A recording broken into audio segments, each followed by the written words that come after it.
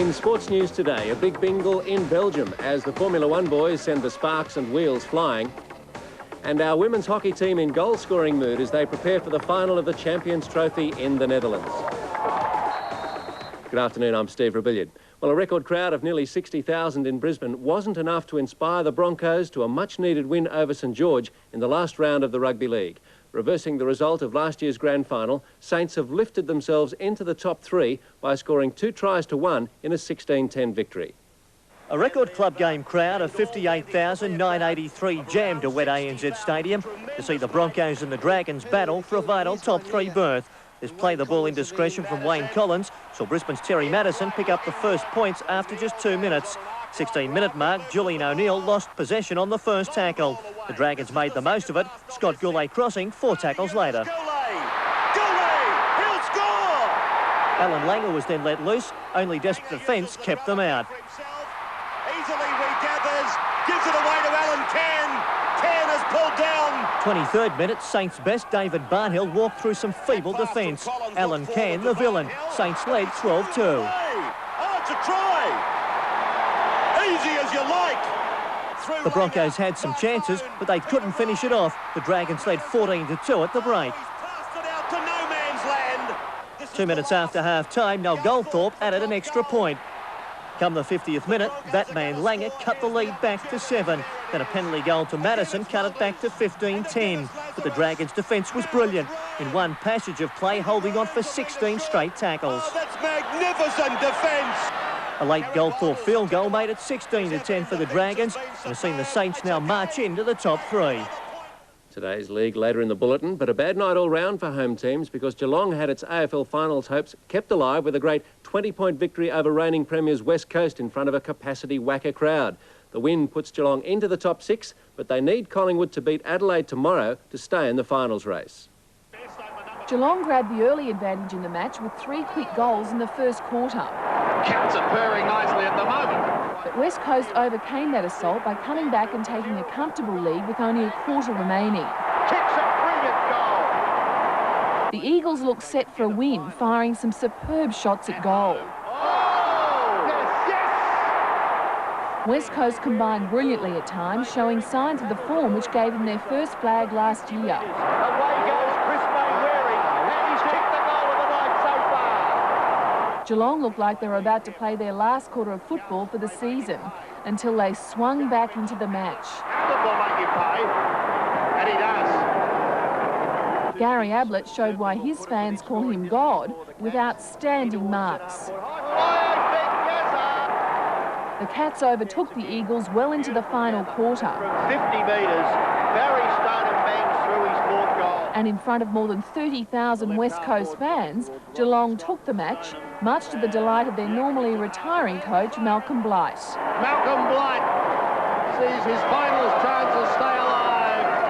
They're delirious at Kardinia Park. We'll come back to today's game shortly. The major race today was at Sandown, the $100,000 JJ Liston Stakes.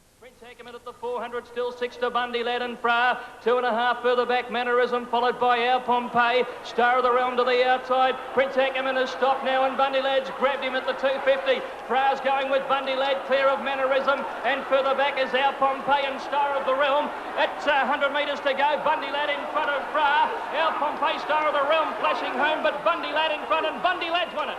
Tight finish there. Bundy Lad 11 to 1, Our Pompeii 9 to 1, Star of the Realm 5 to 2 favourite. Australia will play the Netherlands twice in 2 days in the Champions Trophy hockey in Amsterdam, once tonight in the final round-robin game and again in tomorrow's final. After a disappointing Olympics, the Aussie women are already a long way down the comeback trail, as Gordon Bray reports from Holland. After beating Great Britain 2-0 in their opening game, the Telecom Hockey Roos really cut loose against Olympic champion Spain, who are rebuilding, albeit very painfully. Australia embarrassed the Spaniards 8-1. 3 goals in 5 minutes, the first from former captain Sharon Buchanan, set up a 4-0 half-time lead. And what a moment to cherish for veteran striker Jackie Pereira in her 100th game for Australia. After being a mark player for most of her career, coach Charles Worth has changed her role with telling results. It's different because through the years I'm scoring goals differently. Like when I first started, I was doing deflection goals and stuff like that, but the game's changing and the other team's counteracting that, so now I've got to find other ways to score goals. The Australians then overcame a major psychological hurdle with the 1-0 victory over Germany. The Europeans have been a hoodoo team for the Aussies. They beat us at the Olympics last year, and that hoodoo looked like continuing in the early stages of the round robin. In what is a blight on the new offside rule, this brilliant conversion by youngster Jenny Morris was disallowed because the Germans called offside against Sally Carbon, who pushed out.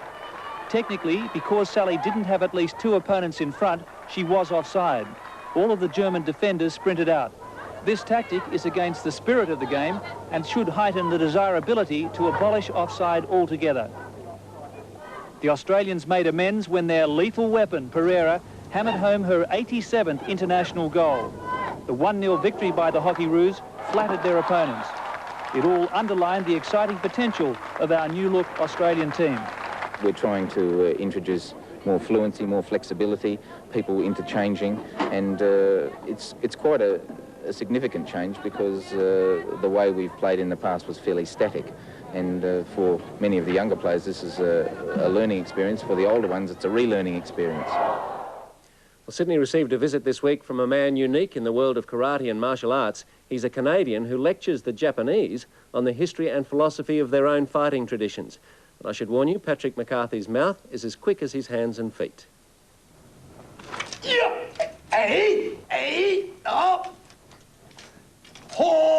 It was during that nearly 3 centuries, up till the time that Japan had made the transition from feudalism into democracy, that we've seen the growth and development of perhaps as many as 1,000 different types of fighting techniques based upon grappling, takedown, strangulation, throws, grappling, the use of the spear, the use of the sword, and related phenomena that surrounded the use of the sword.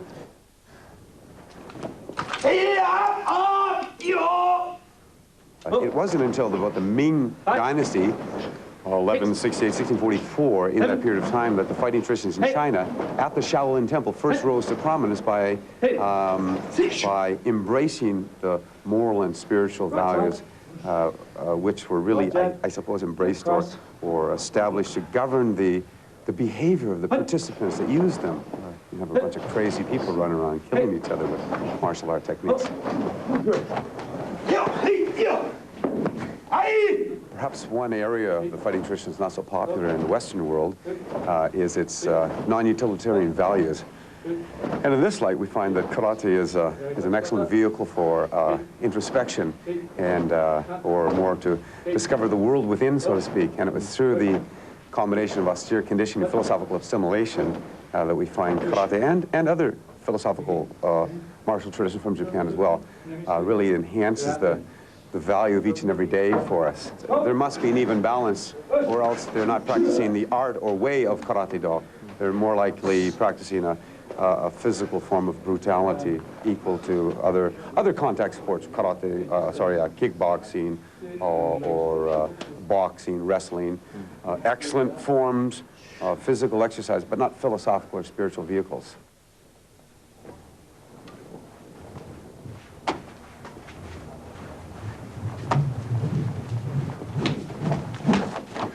People who got stabbed deeply with a spear realized that basically they were dead. What they did, when they couldn't get the spear out of the body so easily, is they held on to the shaft, and they took the sword and cut the shaft. And then they would fight the warrior who still had the shaft, or the cudgel, part of the spear.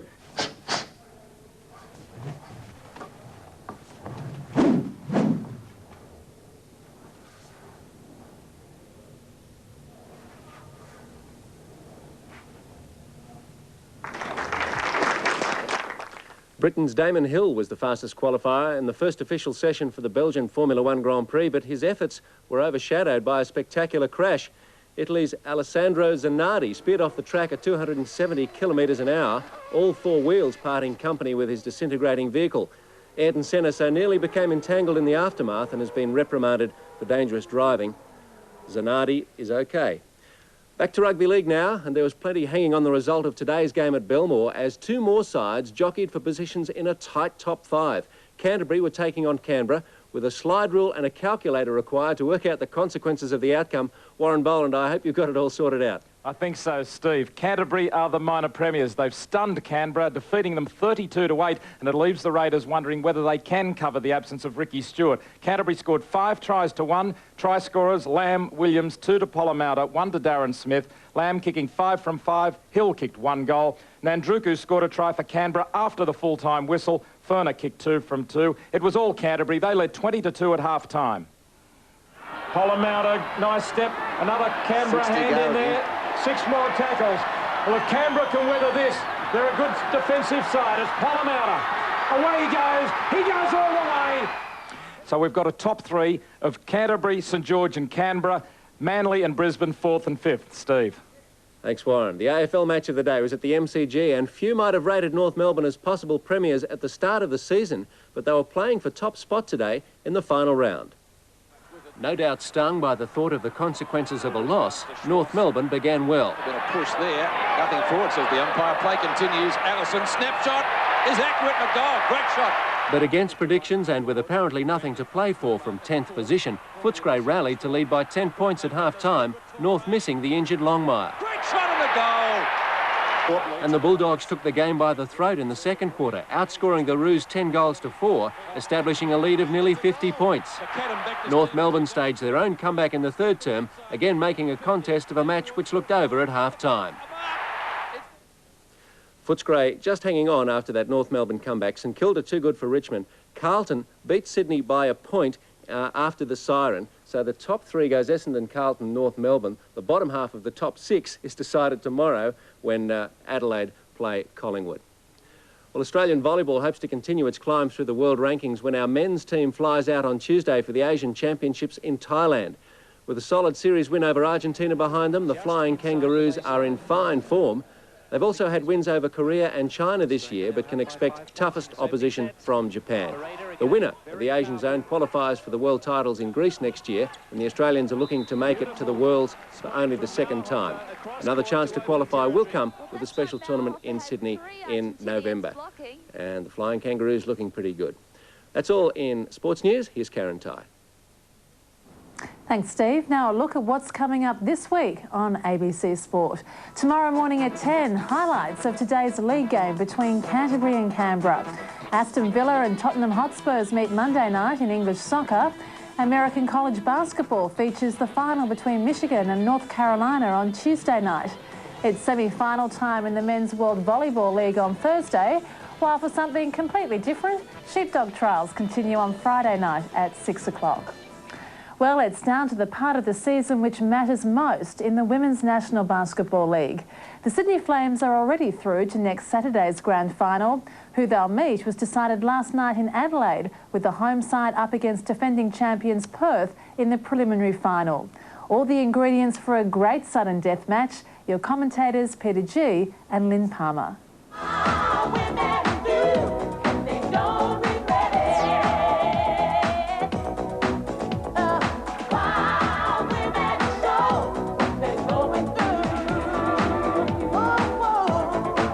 Rachel Spawn, who's missed a three-point play opportunity earlier in the game, makes this one to level the scores.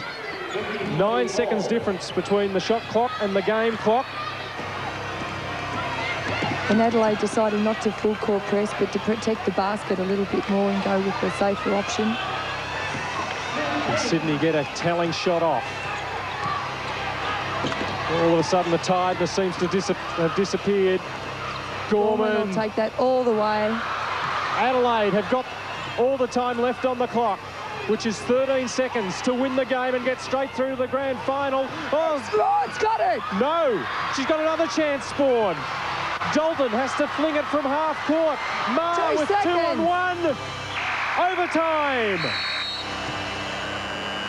That's how close the Adelaide Lightning came to winning straight through to the West Coast WNBL Grand Final. As it was, they were no match for the Sydney Flames in overtime. Now they must beat the Perth Breakers in the preliminary final if they're to get another crack at the Flames in the Grand Final. Hello everybody, welcome to the Clipsal Powerhouse in Adelaide for this cutthroat game. With me is Leanne Grantham. Leanne lives in Adelaide and has got a feel for this club. How do you think they'll regroup for this game against a team who have got nothing to lose and are improving right through to the finals? Well, you're right, they haven't got anything to lose. Perth will come out tonight and really take it to Adelaide Lightning. You're right, Adelaide Lightning certainly would have regrouped through the week. I did watch a couple of their training sessions. Jan Sterling and Peter Sexton